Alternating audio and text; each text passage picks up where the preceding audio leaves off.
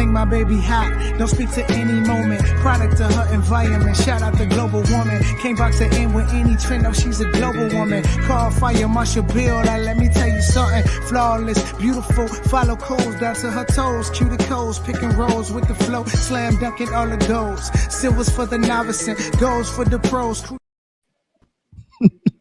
It's so funny. Like me and Kyra can see each other dancing. Opie can't see us.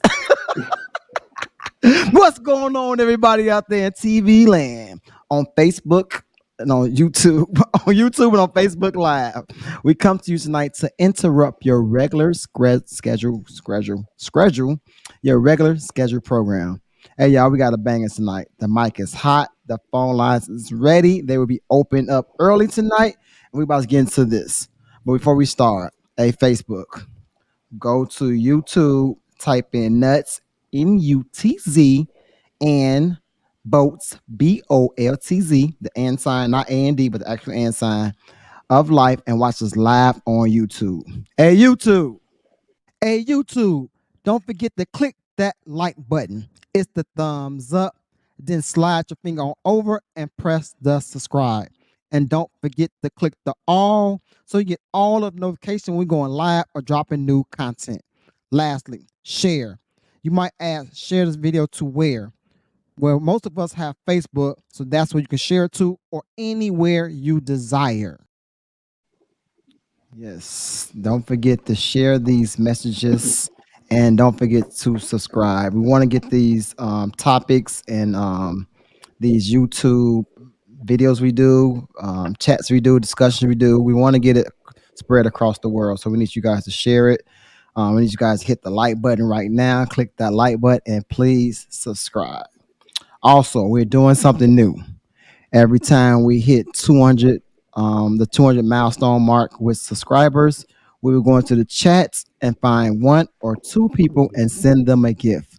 But you must be a subscriber to participate.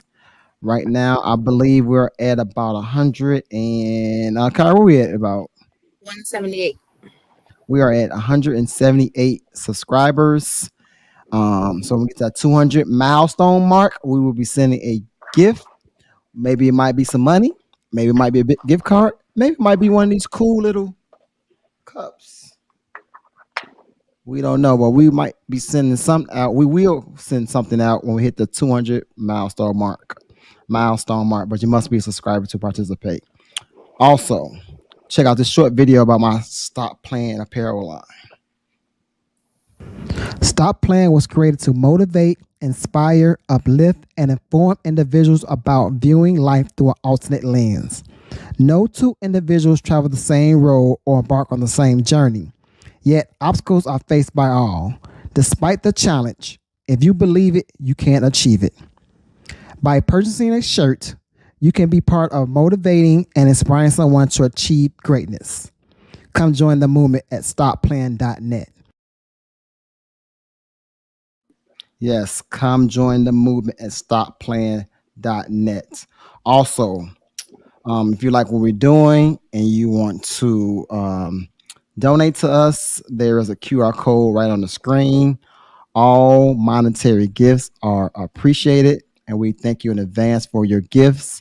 But hey, I know sometimes you cannot scan a QR code because you're on your phone. No problem. There is a cash tag at the bottom of the screen. The cash tag is $Nutz, Nutz, Boltz, Boltz 1. Again, is $Nutz, Boltz 1. Also, if you like to sponsor us, or you like for us to advertise your business, no matter if you got a clothing line, you do hair, you're an author, whatever it is. If you like to for us to advertise your business, you can hit up Tashina Nicole on Facebook, or you can hit me, Edmund Chapman, on Facebook, or you can email me at 80ed30@gmail.com. Again, if you would like to sponsor us or you want us to advertise your business, hit us up and we would love to do that for you. And with that being said, welcome to Nuts and Bolts of Life. I'm your host. I'm from South Carolina. I'm the CEO of Stop Playing Apparel, and my name is Edmund Chapman. My name is Kyra from California. My name is Obi, and I'm from North Carolina. Welcome, everybody. What's going on, y'all? How y'all doing tonight? Y'all good? Obi Kyrie, all right? We good, man. I'm good. Obi, your Week mic two at sound. Kyra back. Week two at Kyra back. Got to see a football game tonight. That was pretty good. So I'm good. I'm good. Was it pretty good? Obi, tell the truth. We got beat. We Hey, can't tackle. We you suck. What we gonna you lost, but the kids played well. Just got a couple of things to work on, but it was good. It was cold, but the game was good, man. Overall, thanks for the invite. No problem. Appreciate Thank it. you for coming and supporting Hmm. us. Thank you. Yes, sir. Like y'all know, it's good to do every single week. It's story time. So my story time is I've been on a spiritual journey lately. If you guys follow me on TikTok or you follow me on Instagram, y'all notice I've been doing a lot of like gospel music. I've been like lip singing the gospel music and playing a lot of different songs because I'm on something new. I'm doing something new. Like I played Leandra Johnson today. Oh, but don't be yawning doing my speech, man. Like you tired. I'm messing with you. So I played Leandria Johnson today, and I like the part said this is my exodus. That means you're like departing from your old ways and you're just going into a new season, a new life. And I'm trying to go into a new season of doing things different than I did before, and that's including dating. That's including, praying, picking a certain time of day. I pray, and that's the changing with my attitude. So as coworkers, they do something I like, I just be like whatever. Like I don't get sucked into nonsense. So my one day journey, spiritual journey. So if y'all notice, like man, why you keep putting them videos up every single morning? Because that's just me getting to my peaceful moment. But anyway, that's my story time. So Obi, what we talking about tonight? Well, tonight we were originally supposed to talk about how to make marriages work. But we had a difficult time securing guests. And I just want to say a couple of things. When you sign up to join our podcast, or when you agree to join a podcast, we get excited about that. We work on that podcast for a couple of days. So when you back out on us, it's like we're letting our viewers down. We're letting ourselves down. We're letting a lot of people down. So we don't like it when that happens. So tonight we're just gonna change it up. We're gonna just have a family discussion, um, and we're gonna take turns talking about some topics. We're gonna spend a little bit of time on each one. But I hope I'm a little disappointed because I was really excited about this topic. But we're just gonna have the family time and jump right into it.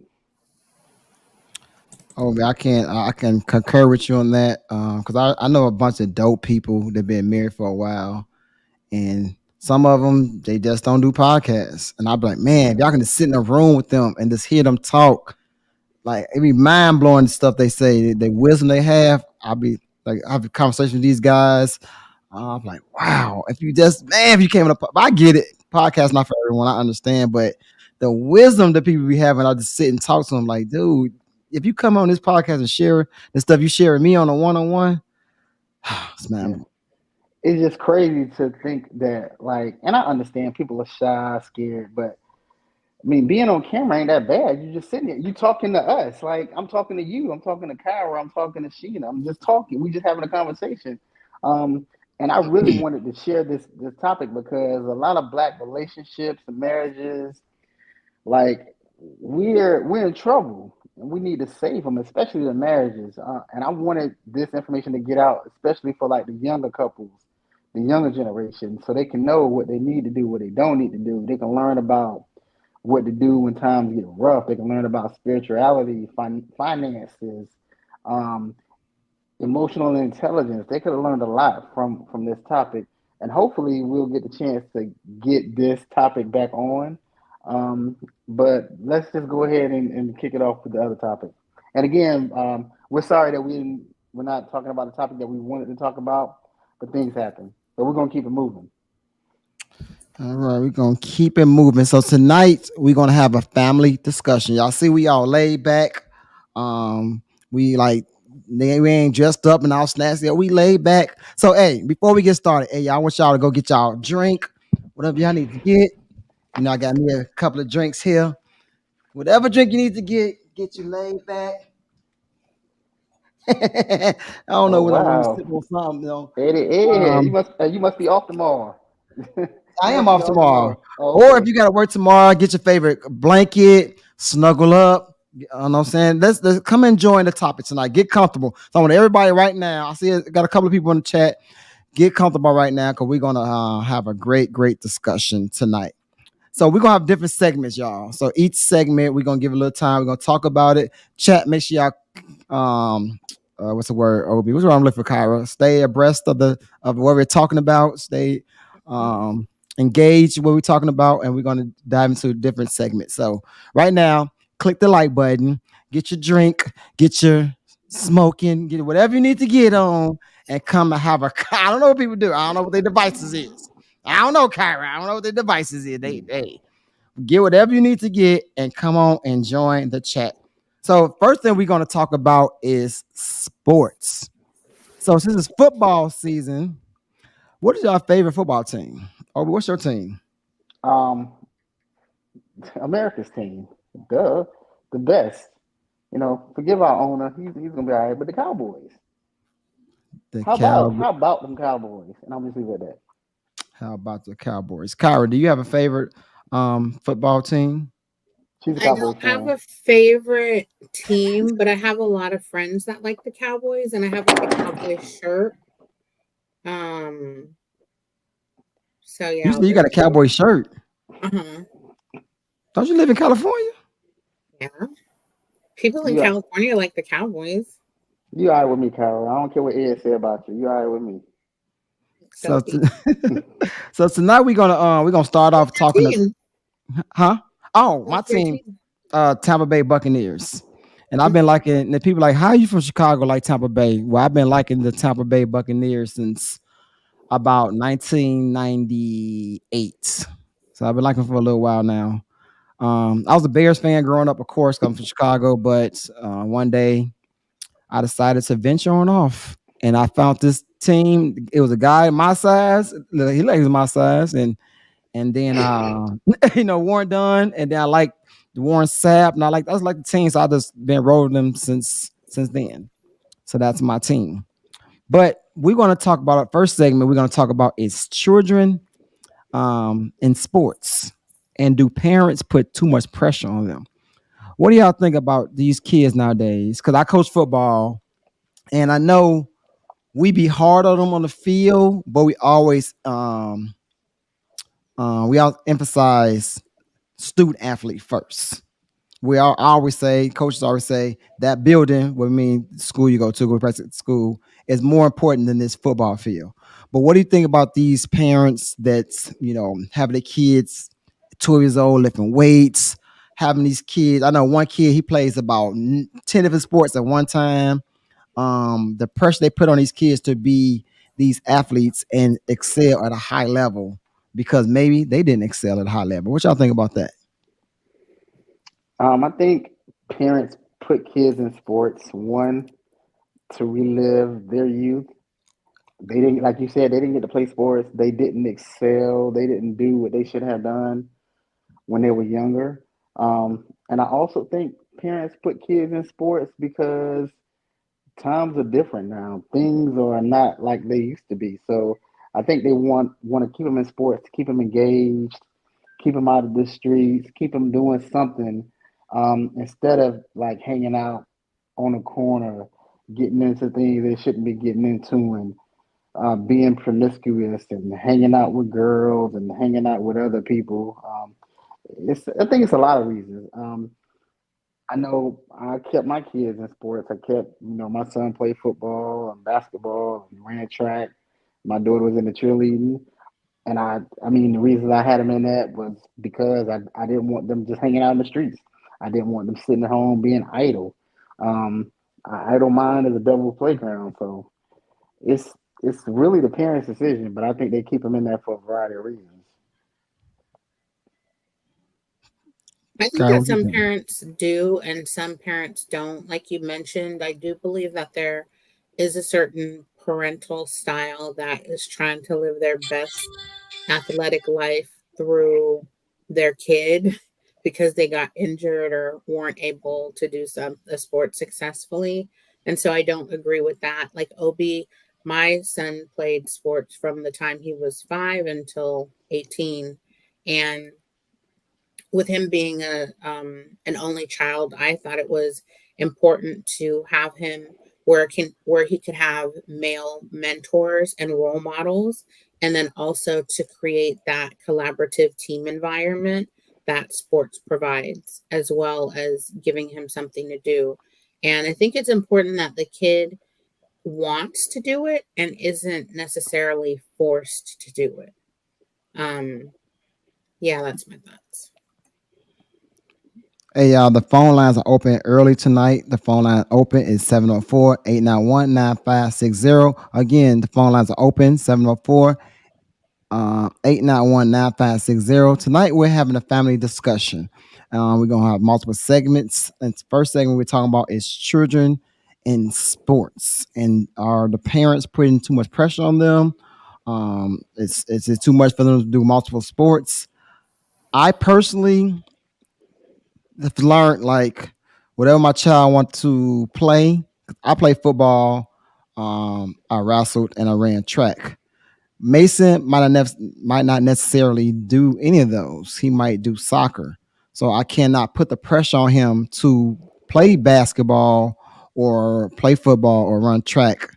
I gotta sow a seed into what he's good at or what he loves, and I had to get out of that mind frame when I had when I was dealing with my stepson a while back. Like, okay, just because you love football, he loves soccer.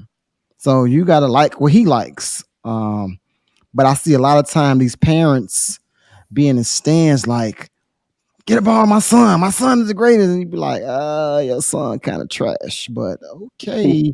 We practice with son every day, but you putting so much pressure on him to be this top notch athlete because maybe you wasn't able to be that guy, be the man or be the woman in school. So therefore, you're putting all the pressure now on your child. You're trying to live what they say, oh, you're trying to live through your children, which Mhm. I think is very wrong.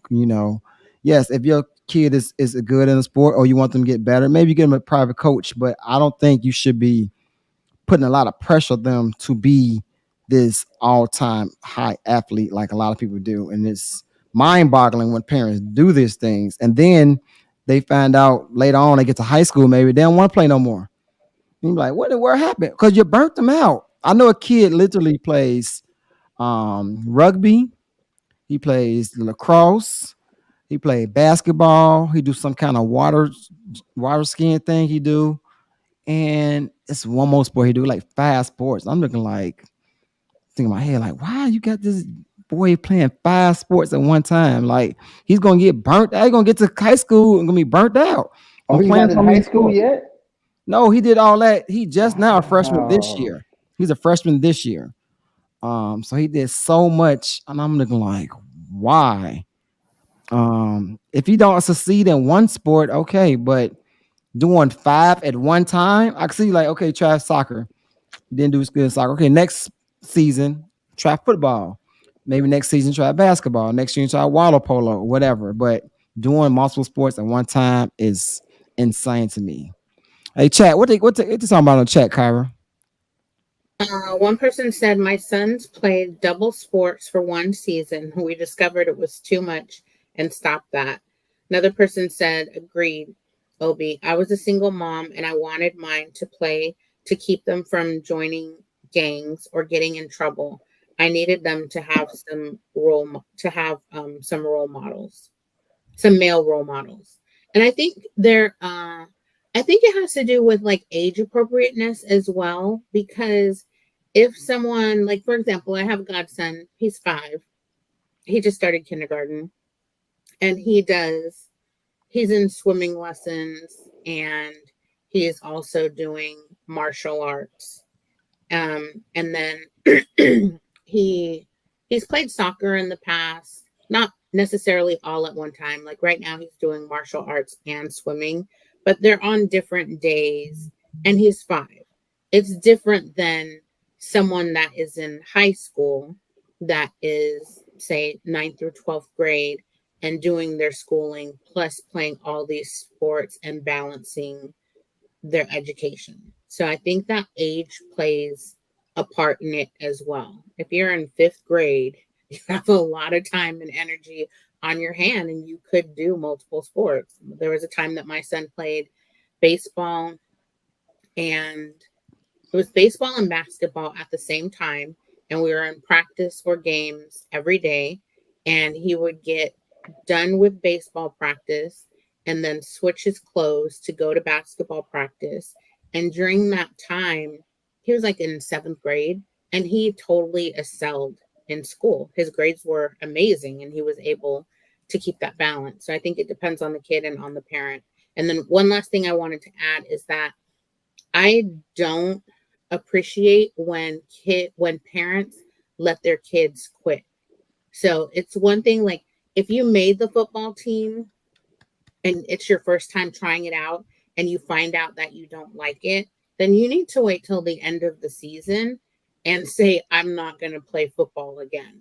But it's not going to be like the coach yelled at me and I don't like how he talks to me and now you're quitting mid-season. I don't think it's okay for parents to promote that quitting mentality because they're in their feelings or don't like how something is. What about if they never really want to play in the first place? If you signed up to be part of the team and you're practicing with the team is counting on you to do your part. So maybe next year your mom won't sign you up, but you're part of the team and you need to pull your weight. Well, I feel a little different. I think Obi do too. Where he looks. I feel if a kid, because I've been coaching for a long time, different sports, and if I feel if the kid only on the team because the parent want to be on the team, you might as well quit because you're just going through the motions and you're going to mess around and get hurt out here because you're just going through the motions. You're not any good, not even trying, and you just really just in the way. So if you really don't want to play this, because one time we had a flag football team and we had a girl on the team, and she did not want to be there, but her dad put her on the team, and it was anybody at the Y, it was the Y then. I was coaching the Y. Everybody could play, and I felt like this girl do not want to be on this team. So why are you letting her be on this team? So I do understand, Kyra, if you sign up to play, I want to play football. I want to do karate. I want to do volleyball, tennis. Yes, I don't care about no coaches yelling at you and all that stuff. As long as they're not cursing at you or slapping you upside your head, you're gonna finish. But if a kid really don't want to do it, like man, I played football, man. Go on out there, boy. You gonna do this? No, he's gonna get hurt, and I think he should be able to quit. Oh, but what you think? I think the same. If the parents sign him up and he don't want to play, like you said, they're gonna be out there half-assing it, and they all gonna get hurt. So I don't think they need to play if they don't want to play. But if they sign up, if they are real animate, in that conversation with their parents, saying that they want to play soccer or football or whatever, they're gonna you're gonna stick it out because I've wasted and invested my time, effort, And money. energy, and money into this. Nah, you gonna tough it out. I don't care what's going on. I don't care if you got hit too hard. I don't care if you got shin splints, hamstring injury. You're gonna tough this out, and we're gonna tough it out together. And you're gonna be okay. And at the end of the year, we'll discuss it, and you can do whatever you want to do. But you're gonna play this, especially if you ask me to play. And I'm doing what I got to do to make sure you get at practice, make sure you get at the games, the home games, away games, and all that. Yeah, you're gonna play. And can I add this? And it might be a southern thing. So it's kind of weird to me, right? So in the South, I noticed they say God, football, family, right? They're Hmm. really, really great in football. I mean, in sports, whatever sport, they're really, really great. Oh, but if you yell one more time through my talking point, now I was kidding. I'm messing. We have fun. Y'all know we have fun sometimes. No, I was kidding. No, for real though. If you be throwing me off if you are, I'll be like, I'm tired too.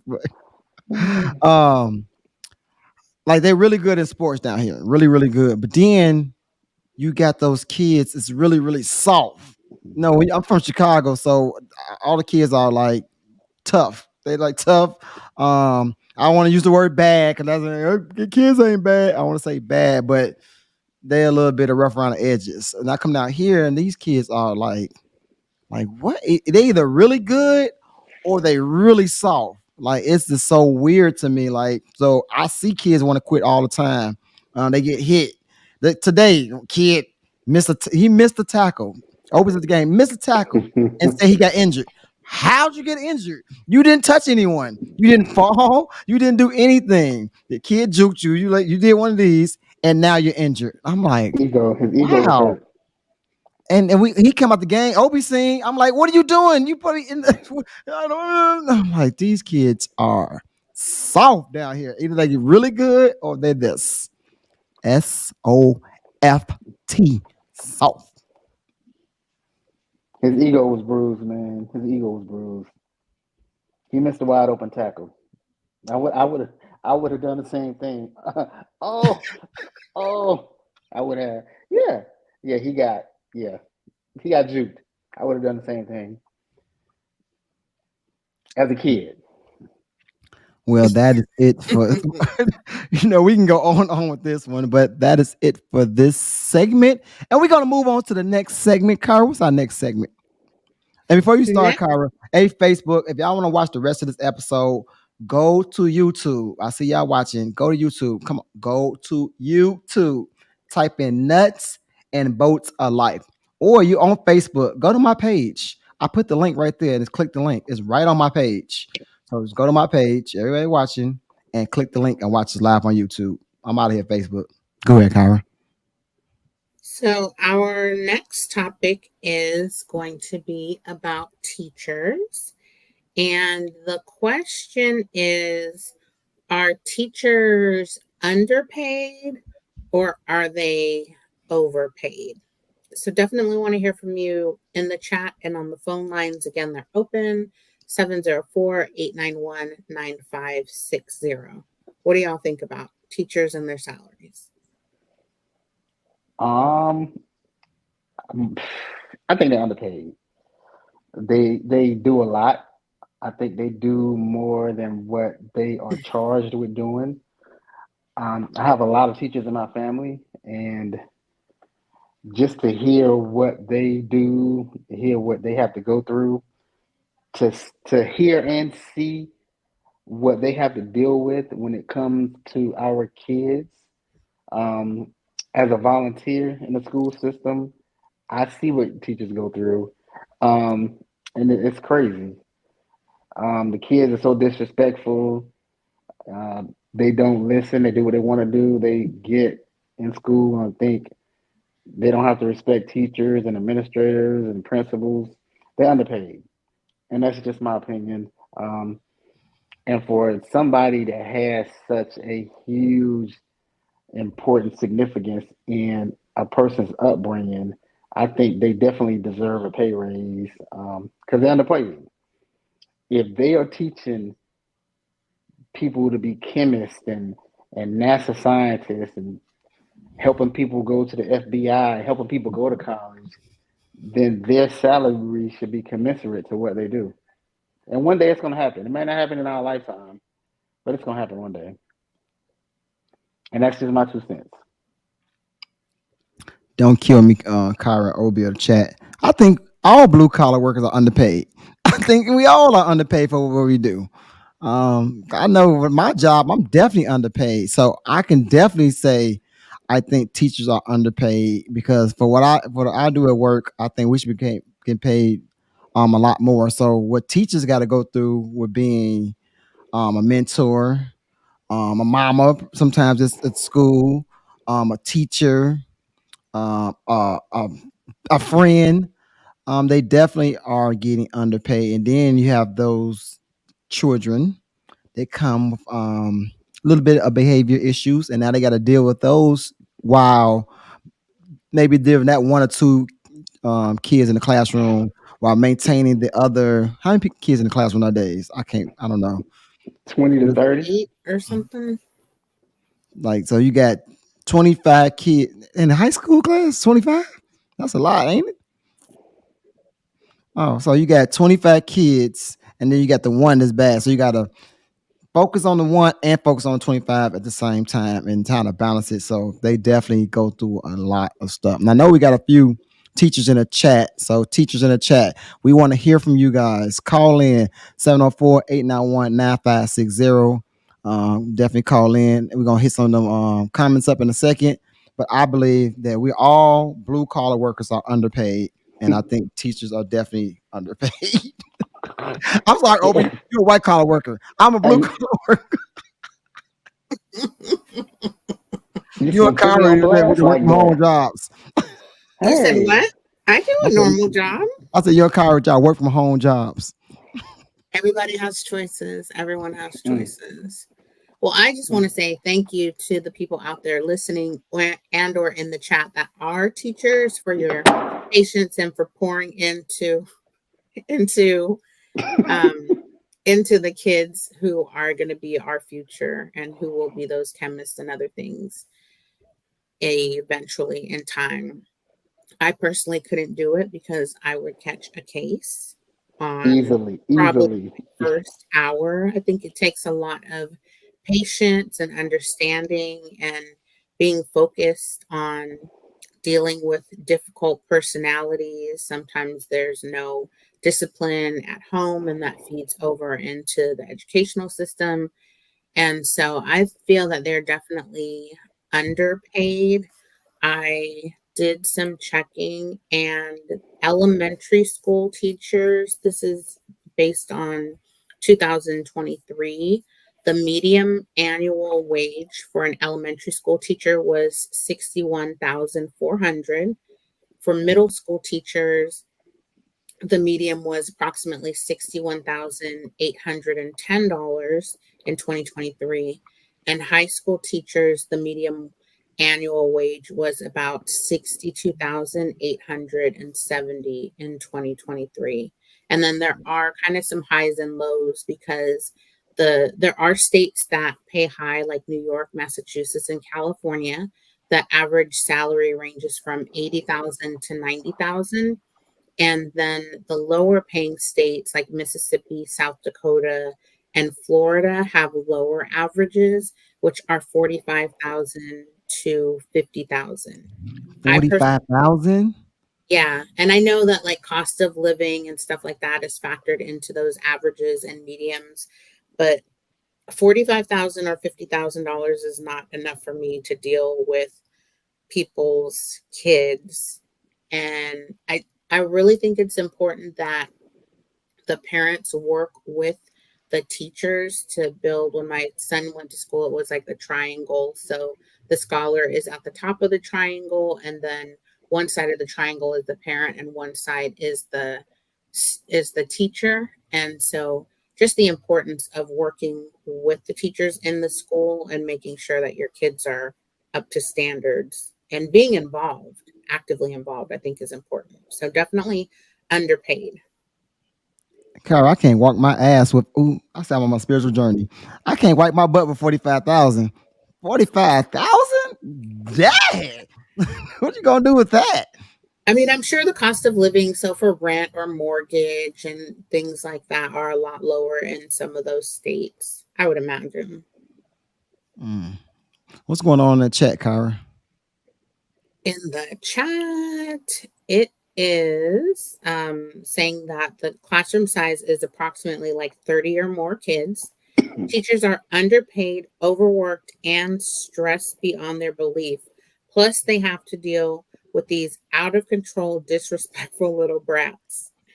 And then another person said that can be like up to 35 kids in the classroom. That's a lot of kids. And I've seen the way that some parents talk to their kids. And for some people, like that model, that unacceptable behavior and disrespectfulness and lack of respect for authority, that's what's modeled at home for them. And so that's what's duplicated in the school system. And I can only imagine how challenging and frustrating that would be to try to be putting together a plan for someone's child to succeed, and you're faced with the difficulty of both the parent and the child. So, And it's crazy too because I know y'all seen those videos also when the children be fighting the teachers.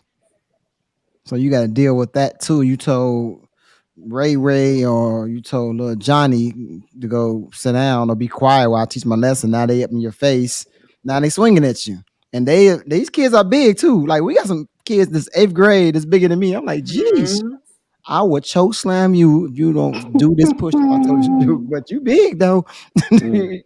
But they face a lot of teachers face a lot of things that seen and unseen probably that we still don't know about.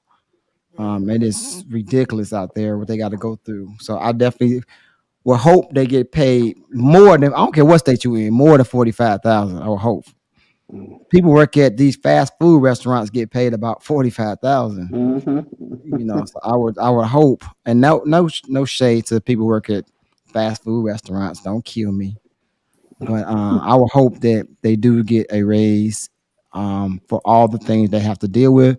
And I know, like I said, there's a bunch of teachers in the chat. I could see them. I applaud you guys. I want to say thank you for your hard work. Thank you for taking care of our babies. Thank you for showing up every day. I couldn't do it. I couldn't Mm. do it. I think I'm pretty Mm. cool, but I couldn't do it. All the extra nonsense. I'd be like, if you don't sit your I'm catching list, a case. Like Harris I'm about said, to, I'm I'm about catching a to catch case the case. within the first hour. So plus, I'm Everybody, putting my dog, get breakfast out. Just get food out of my in classroom. my Get out. lunchbox. Yeah. Mr. Chapman, you put everybody out every day. Because I don't got time for it. Get out. mm. Get out. That's Yeah. cool. Yeah. I'm gonna read a couple comments from the chat. One person says that they definitely need more Black men as teachers. Mm. Teachers are definitely underpaid. That Florida salary is ridiculous. I can make more than that at McDonald's with overtime.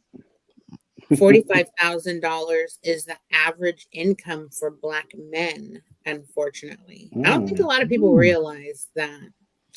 And another person said, my sons were the complete opposite at school. They were angels, words from the teachers, and horrible at home. Whoa. Wait a minute.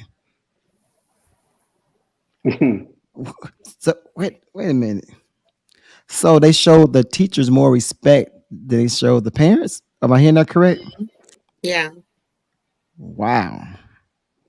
What I you think think about that that, Obi? sometimes kids know their boundaries and what they can and can't Mhm. get away with, and they Mhm. know with what they know the types of parents that they're dealing with. So um, whether it's the mom or dad or somebody's a disciplinary or there's different relationships, some people can try to be their parents' friends. Not saying that that's what the person that made that statement is, but there are some situations where a parent is trying to be that child's friend instead of their parent and not enforcing things that could be for their best. And then when they go somewhere else outside of the home, then they are kind of like a little angel and having people tricked on the outside. Hmm, that's pretty interesting. And you know what? Another thing I thought about teachers, because we all get jobs to be able to pay our bills and be able to go on trips and have a great time. So teachers are something special because if they're making less money, then I mean they barely scratching the surface of paying bills or living check to check or whatever you might have, and have to save up a bunch of money just going on a trip. But they really doing it for the love or the love of teaching Mhm. instead of the paycheck. Where I go to work for the paycheck and not because I love to deliver Frito-Lay chips. I think it's important. I think it's also important to factor in the amount of hours and time that are spent. Like with teachers, they do put in um, hours for prep work and parent teacher conference, and they buy things out of Mhm. their own pockets and stuff like that. At the same time, I know for my godson, he has a he's just 5 in kindergarten, but the school is an elementary school, And he's on a 2-week vacation right now, a break for, I don't know what they're breaking from. And then there's going to School be just started. that part. There's going to be a Thanksgiving break, and then there's going to be a Christmas break, and then there's going to be like MLK and President's Day in January, and then when you blink, it's going to be spring break. That's a Plus, they Christian have the school. That's a summers Christian school. off, Christian school. Christian so academy. they can maximize a lot of time off. And so I don't think that we're necessarily comparing apples to apples in terms of wages for somebody that works 12 months a year to somebody that works, say, 7 months a year. Mm. South Carolina was out of school last week also for I don't know why. What are you doing? For a week? Yeah. North Wow. Carolina was in school, but South Carolina was out of school last Wow. week. That's why we didn't have no game last week because we went in Hmm. school. So it's pretty Wow, interesting. that's interesting. Yeah. And I'll read one last comment and then Mhm. we can move on to the next topic. I'll do 2, 3. It's a calling, so you would know if it's good for your life or not. The person's kids weren't disrespectful. She was kidding. They just gave her grief at the time, but they were good in public. And then I'll read 2 more. It's definitely a passion because 45,000 a year is crazy. That passion to teach is the only thing that makes sense. And then 10 months a year, some schools have a fall break and or they start early. So my question would be like to compare apples to apples of figuring out that person's 45,000 or 80,000 of those 10 months of school versus a person's 12 months of work, because it might be on a closer level playing field if you looked at like the hourly. Just my thoughts. Interesting. Yeah, but teachers do other things too. Like they have to come home and grade papers. They have to do those schedules, and it's a lot. They're underpaid. They're underpaid, underappreciated, and it's a thankless job. It really is. It's a thankless Mm-hmm. job. Yeah. So Obi, let me segue to something else then. On the Hmm. same line, we're gonna segue. We're gonna stay kind of here, but we're gonna segue a little bit. So if teachers are supposed to educate your child Hmm. and your child is failing, who's the fault? Who's at fault? The It's teacher or the parent? I think it's a combination of three: the teacher, the parent, and the student. The student definitely has to do their part. They have to do the homework, the pre-work, the post-work, the studying, and all that. The parent has to make sure that the student is doing that and not on a screen somewhere and not on the phone or hanging out at the mall or at Chick-fil-A. And then the teacher definitely has to do his or her job because they're teaching the material. They need to make sure that they're teaching it correctly, that the people, not the people, the students understand it, that they're engaging the students, they're asking questions, they're encouraging the students to speak up, raise their hand, and ask questions. So I don't think it's either the student or the teacher. I think the parents play a part in. I mean, a student and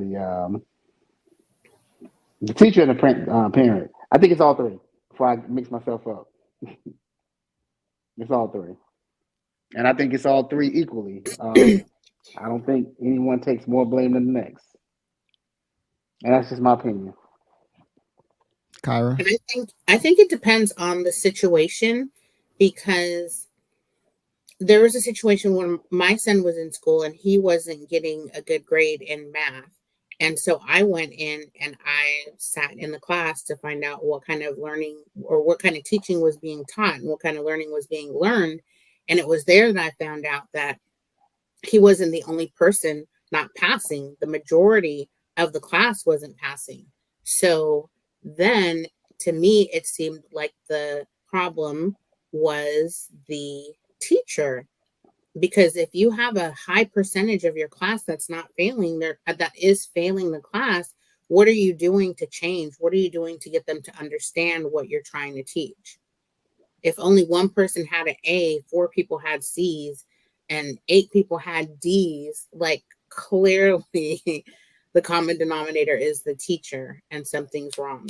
But I think also it's important to have discussions with your kid to find out. So that's where the parent comes in. If there's a learning disability, or if maybe they got put up or in something that isn't, that they're not able to comprehend, or if they have dyslexia, just so many different things. So the parent needs to be involved as well and having those conversations. I know when my son was in school, on my work computer, there was a portal that you could log into. And the first thing I did every day when I got to work was logged into the portal to find out where he's at in his different classes, homework assignment, and what the grade was. So this kid is a person whose brain hasn't even fully developed, and they need assistance in making decisions and being held accountable. So I can't fully fault a child. Um, I think it could be a combination of all three. Mm. Y'all heard about that like new grading scale they got too? Forgot what state it's in, but it's like What? if you get like I think it's like a 59, it's just like a D, and like a 60 something is like a C, and then What? like yeah, it's I forgot what state it was. I was trying to look it up real fast when Kyra was talking, but it's some state got a grading scale like a 60 is like a C, like a 65 is like a C when it normally was like an F or something like that. It's like Mm. what in the world? So if somebody could look that up real quick, that'd be kind of cool. Yeah. Um, my I'm twofold with the Mm. question. Yeah. So it's like if my car breaks down, right? I'm not a mechanic. I don't get paid to fix cars. I get paid to deliver chips. It's not my job. That's your job to fix my car. I'm not I'm not the damn teacher. You're the teacher. My kid gonna come to school and they're gonna behave and sit there. So if they're failing academically, then that falls on you, teacher. That's one way you can look at it But because that is your hmm? it's your job to do the proper maintenance, preventative maintenance on your car so that it doesn't break down. It's your job to put gas in it, to make sure to get your oil changed, to make sure to rotate your tires and get new tires. Even though you're not a mechanic, there is some responsibility that lies on you to take preventative measures for your car to break down, not to break down. It's not my job to change the oil. Many guys not change it, but it's not my job to do it. It's your job to No, make sure that when the oil light comes on, you take it to get to get somebody service, and that right. you don't ignore Like, it. I'm with you when you're right. When you're right, I'm with you, preacher. That's what I'm saying. My kid, my job is to make sure my child does his or her homework and be attentive in class. That's my job. So like you just said. So if they're not passing, that means that falls on you, teacher. They doing their homework and they come to class and behaving. That's one way you can look at it. Other way you look at it, like Obi said, um, maybe I can be at home reading with them. Maybe I'll be home sitting down with their homework, trying to figure out what's going on. Maybe I can, if they fell in math, I can get them a tutor or something like that. So it's two different ways you can look at it, but I don't want people all say, well, it's a parent. It was mostly to me, it mostly falls on the teacher because you went to school for that to be an English teacher or to be a math teacher. You went to school for that. I didn't go to school for that. I went to school for criminal justice. I have know nothing about math. Now, me and my son sitting here looking at each other like, son, I don't know.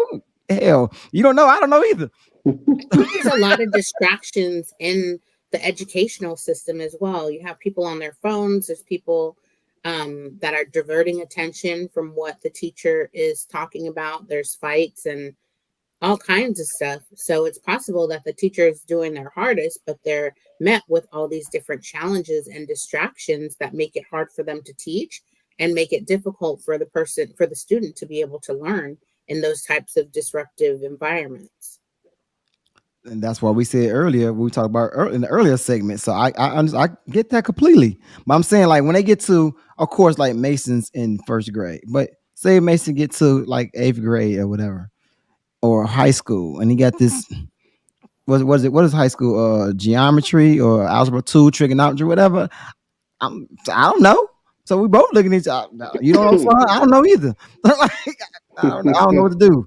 I get it. You're at the table. You're trying to figure it out. I don't know at all either.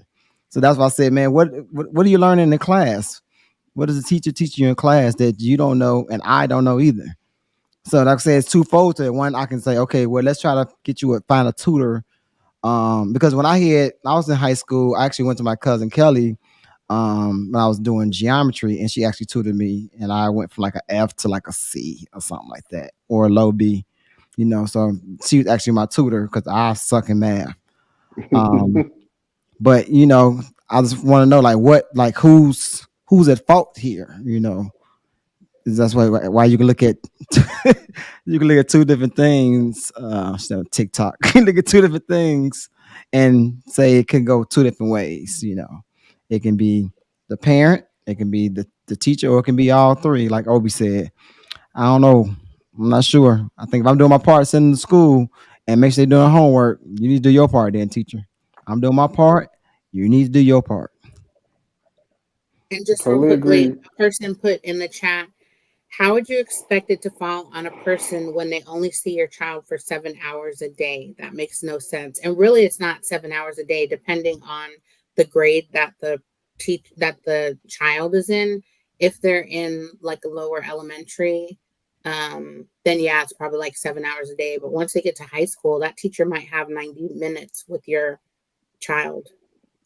But the teacher got to be teaching it the right way where the kids understand it. I understand what he's saying, but the teacher got to be teaching it the right way. Whether he got an hour or 45 minutes, the teacher has to be putting it out to where everybody in the class understands it. You went to school for this, so you need to figure out it. Like Kyra said, if some of the kids are failing, why are they failing? Like what is going on? Why? Mm-hmm. What else? What do I need to do as my teacher? How do I need to go back and recalibrate what I'm teaching? It's like a sport. And then I know we're gonna move on to the last segment, but it's like a sport. If we're not winning, we got to go back to the drawing board and figure out why we're not winning. What is going on? I can't blame the kid. Well, we're not winning because the kid. Okay, it might fall on me. Maybe I'm not teaching them the correct way. Oh, before we move on, we got a call in. And then we're gonna move on to the next segment, the last segment. Caller, you on the line with Nutz and Boltz. Before we start, a lot of feedback. Are you team Kyra or team Obi? I'm team Kyra. She's always so logical and on point. Oh, Lord. Thank you. Yes, caller. What do you have for us tonight? I just wanted to chime in on the education talk. I am an educator. I've been an educator now for 22 years. The first 10 years I was a teacher, and now I am a school counselor. So looking at it from different perspectives. Unfortunately, we are now living in a day and time where wrong is right and right is wrong. When we were younger, and Ed, you said something earlier about, the kids, it's 25, 30 kids in a classroom, and then you have one misbehaving. No, you have 35 to 40 kids in the classroom, and 15 to 20 of those won't do what's right. And so now we're at a time where it is seriously wrong to be right. There are more students with less of a moral compass than there was 10, 15, 20 years ago. And so when you say, when we went to school for this, I went to school to teach. When I first went to school, I went to school to teach. I took one psychology class. I took one child development class. I went to school to teach how to strategize. Kids come to school with so much baggage before they even hit the door that I have to decipher and cut through all of that as an educator before I can teach them anything. And unfortunately, especially brown and Black children. of a certain of a certain poverty level, if I say. I mean, if I dare to say. So I'm just telling you, I mean, it's almost like, because it's almost like they expect us to be magicians. And there's just so much that we are unarmed with because of the what the children are coming in with. And we can't, that's one of the reasons, honestly, that I went into school counseling, because I got to the point, I said, I don't want to teach kids nothing academically. They need some help emotionally. And you know, you just, as a teacher, you don't have time to hit all of that. You just don't. And so when you get to a certain age, fifth grade, sixth grade, seventh grade, and beyond, when there's some responsibility on the child and the child doesn't take that responsibility, you're not getting ready to sit and blame me. If I'm coming in and I'm doing my job to the best of my ability, and this young person won't take responsibility, will sit up in class all day long, talk all over me, and won't turn in an assignment, it's my fault. No, we're not doing that. So just wanted to put that out there. And I know a lot of you, kind of, standing on the outside looking in, but being neck deep in this, it's a real tragic situation. And somebody in the chat did say, like, you have to have passion for it. The passion and God are the only things that keep me going to work every day, because these kids out here are hurting. I don't know what is happening in our homes, but our parents are no longer being parents, and it is tough for people to come to work every day. And I can say sometimes being abused by kids and still come to work. That's how tough it is out here sometimes in some of these school districts, in some of these schools. But thank you guys for your time. Thank you. She went wax deep. Yeah, that was some good stuff. She got me a piece of her mind.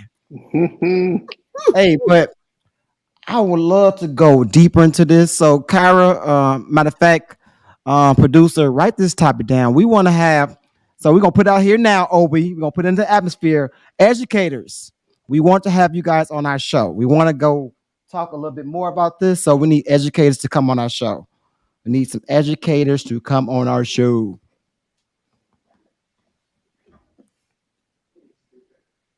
Ed, you went off camera. Okay, we can go ahead and jump into the next topic really quick, which is going to be the last topic. It's religion and relationships. I'm sorry. Everybody's not a religious person. I am. I'm not super religious, but I believe in God, go to church and all that. But how important is it for you to attend church in a relationship? Or how important is it for your spouse or mate to attend? And the third part, if you're a believer and you don't attend church, what's the reason for that? Just kind of think about those questions. How important is it for you to attend church in a relationship? How important is it for your spouse or mate to attend church in a relationship? And if you're a believer and you don't attend church, what's the reason for that? For me, I'll go ahead and answer that question first. I think it's super important that I attend church on a regular basis, and I serve on a ministry. And I also think it's super important for my significant other or girlfriend to attend church as well. She doesn't have to attend every second of every, service that I attend. She doesn't have to serve like I serve, but I think it's important that she's in a church setting, just so we can kind of stay equally yoked or kind of stay on the same path, and live our perfectly imperfect lives. So what was the first question you said, Obi? I'm sorry, I missed it. My camera messed up somehow. When we talk about religion and relationships, the first part of the question was how important is it for you, like Edward, Edmund, to attend church. How important is it for your spouse to make to attend church? And if you're a believer and you don't attend church, why not? Edmund, I'm Um, sorry. I'm all over the place, man. Had a long I day. know Had you a long good. day. So I'm a believer, so I'll have to answer that third one. Relationships. I believe more in relationship than religion. I believe in a relationship with God over just being a Baptist or Protestant or Catholic, whatever they. I believe that's having the relationship with the Father. I've been going to a non-denomination church not Mm, all my life. mm, So I'm always going to be over on the side of this the relationship with God over certain religions, and it's really big for me to attend church. That's why I hate that I work on Sundays now. So sometimes I can't make it to church, and sometimes I can try to finish my route as fast as possible to go to church to serve, still to volunteer still. I can't talk today.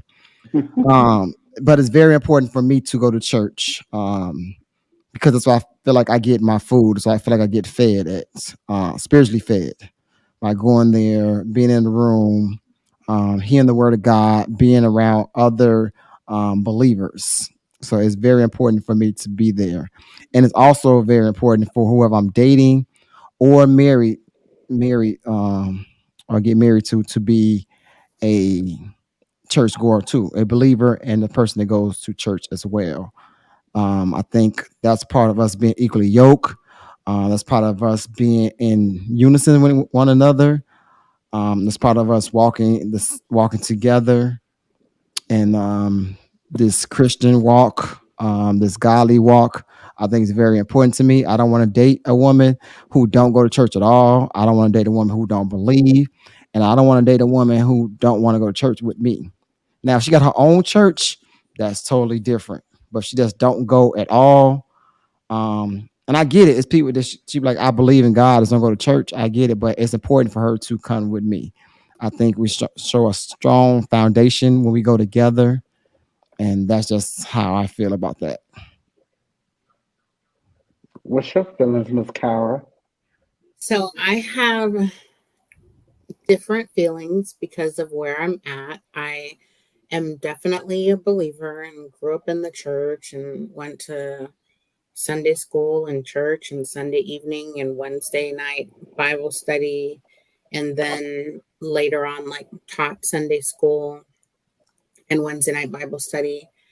And since COVID, well, I'll say in the most recent months, I've had a lot of conviction and I'm working on getting back into going to church regularly. And so I was that person that, um, to be honest, I was going through the motions a lot of times. I was going to church, my heart wasn't necessarily there. I didn't really feel like being there. And so I know that God knew my heart. And so there were times that I just didn't go. And I recently had a lot more conviction because back in the day, it was like, I'm not really making plans for Sunday, or if there were plans, it was after church was over. So, like after one. And then more after COVID, I was like making plans to go to the winery at 11 o'clock or different things. Mm-hmm. And so there was some self reflection on like, what are you doing? How are you prioritizing your time? And just like, why are you doing this? God has provided you and blessed you with so much, and Mm. you're putting other things like brunch with your girlfriends or just other ridiculous things in that time.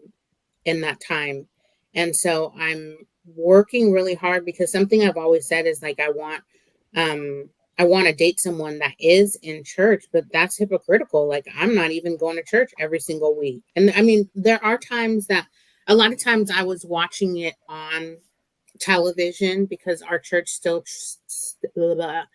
streams and I have communion here and different things like that. But physically going to church, being able bodied, there isn't a good reason for me not to get up and to give 2 hours of my time or however many hours of my time to go to church physically. So pray for me that I will continue to be diligent and intentional with my time and to put God first. Because it's easy to be off track and to stay derailed and off track. And of course, the adversary wants that. So I went to church last Sunday, and I went several. I can't say several Sundays in a row, but I've been going a lot more lately. And I also think it's important for people to be able to, something that started me going back to work was that I had a conversation with somebody and he's like, how's it going? How's your church? And I was like, honestly, I haven't even really been to church that much, because he knew I used to teach and all this other stuff. And he's like, what? You need to go to church. And that wasn't even somebody that was like near and dear to me. So I just think it's important to talk to your friends or family, like when you know that they're not doing what they should be doing, to have those gentle reminders and be like, girl, you better get yourself to church, or, just different things like that. And I justified a lot of times like, well, I'm watching it on TV, but watching it on TV isn't the same as going to church. Mm-hmm. It's not, but it's better than not going at all. Right. Because sometimes when I'm at work, I have to watch it on my phone or listen to it because I'm driving. So I can't really watch. Right. But that's because of your work schedule, because what you're doing to earn a living is preventing you currently from attending. Nothing was preventing me from attending. Because you were heathen. It's okay. Is what? What'd you say? What did you say? I said, because you're a heathen. Don't worry about it. I tell people all the time, because my family is super, super religious. And I'm like, I'm the heathen of the family. That's me. So ask any of my family members. Yeah. Yeah, I just think like when you go to church, it's like school. You can't, I guess maybe you can teach yourself, but when you go to church, that's how you get in your, like I say, getting your food, you're getting taught different things. You can read the Bible all day long, but if you don't understand it, then how can you really interpret it? When you go to church, you can look what the pastor's saying, follow along with it, then go back and read it for yourself and make sure it aligns with what the word of God said in the Bible. But I can't really like understand, like if somebody told me about like we heard about David the other week and the Goliath, like I never went to church and anything. I'm like, what happened here? A little boy did what? Like I wouldn't understand it. Or like the 5 loaves and the 2 fish, I wouldn't understand it if I didn't go to church and get that clear understanding about different things that happen throughout the Bible. So that's why I think church is importance. Some people go to church and they're not being spiritually fed. And so like the act of going to church and you are not being spiritually fed, like, yeah, you're checking a box and going to church, or going to church and you don't open your Bible or your Bible app, and that's the only time that you're praying. So there's so much. I think there's a lot more to it. So I had a conversation in addition to the coworker, it was my brother, and it was like, how are you asking somebody how you want a man that goes to church and you don't go to church? Like, practice what you Let me ask you a question, because we're gonna get off in a few minutes. Chat, y'all can call in. First of all, chat, I need y'all to hit the like button for me real quick. Hit the like button. Subscribe if you have not did already, and share this video. And also comment on this last little segment we're doing right now. So I want to ask you a question, and maybe Obi can answer it too. If you're not getting spiritually fed, does it fall on you or does it fall on the church? Because some people always be church hopping. Like, man, Obi know people that church hop. And is it the church or was it really you?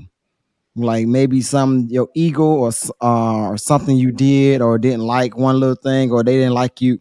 I'm sorry, they didn't allow you to do X, Y, and Z. Now you're leaving the church and now you're blaming the church. So is it you're not getting spiritually fed for real because the pastor's not going off the word of God, or he's being redundant every week's preaching the same thing, or is it something to do with you internally?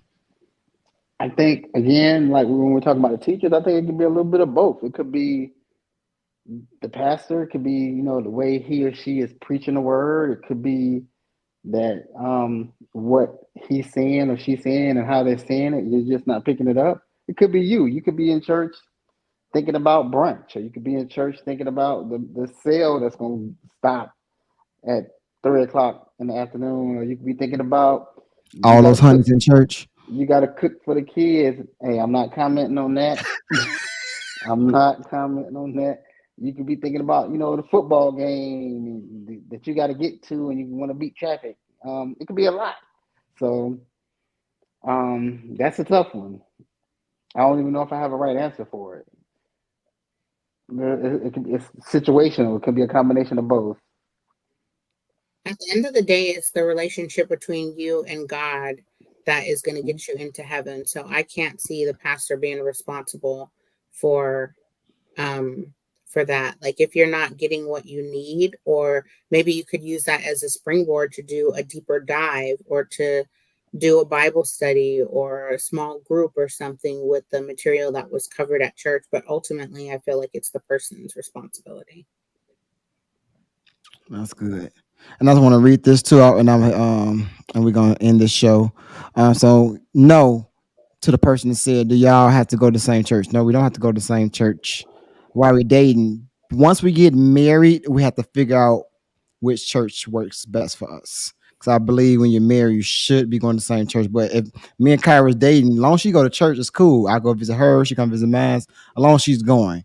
So at that time, for me, I don't know about Obi or anyone else, I won't necessarily be mad if we don't go to the same church, as long as you're going to church, until we like get really, really serious towards like marriage.